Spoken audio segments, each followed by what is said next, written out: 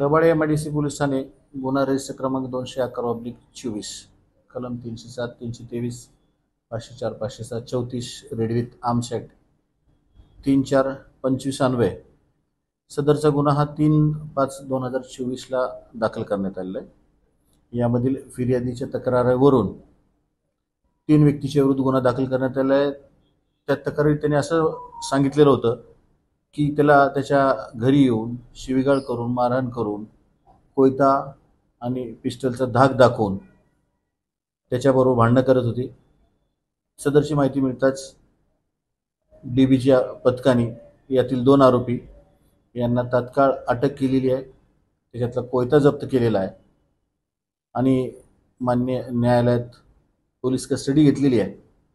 आणि यातील एक आरोपी जो पाहिजे आरोपी आहे त्याचा शोध घेण्यासाठी पथक निर्माण केलेलं आहे। त्याला लवकरात लवकर त्याला पण अटक करून त्याच्यावर पण पुढील कारवाई करण्यात येत आहे। तर नक्की यांच्या भांडणाच्या पाठचं काय कारण काय होतं? यामध्ये काही असं विशेष म्हणून कारण नाही, कारण ते त्यातील जो पाहिजे असलेला आरोपी आहे त्याचा त्या दिवशी वाढदिवस होता आणि तो राहायला कळवा भागात, ठाणे जिल्ह्याच्या भागात राहतो। ती बाउंड्री आहे रबाळे एमआयडीसी पोलीस स्टेशनची। आणि त्यानंतर त्यांनी दारूच्या नशेमध्ये त्या भागातील रबाळे एमआयडीसी भागातील राहणाऱ्या लोकांना अशा पद्धतीचा त्रास दिलेला आहे। त्यावर गुन्हा दाखल केला। 2 आरोपी अटक आहेत। तिसरा आरोपी पण आपण लवकर अटक करू। पिस्टल यामध्ये रिकव्हरी झालेली आहे का? तिसरे आरोपी जो मेन आरोपी आहे त्याच्याकडे पिस्टल आहे, कोयता जप्त झालेला आहे। ते पण आपण आरोपीला अटक केल्यानंतर जप्त करू।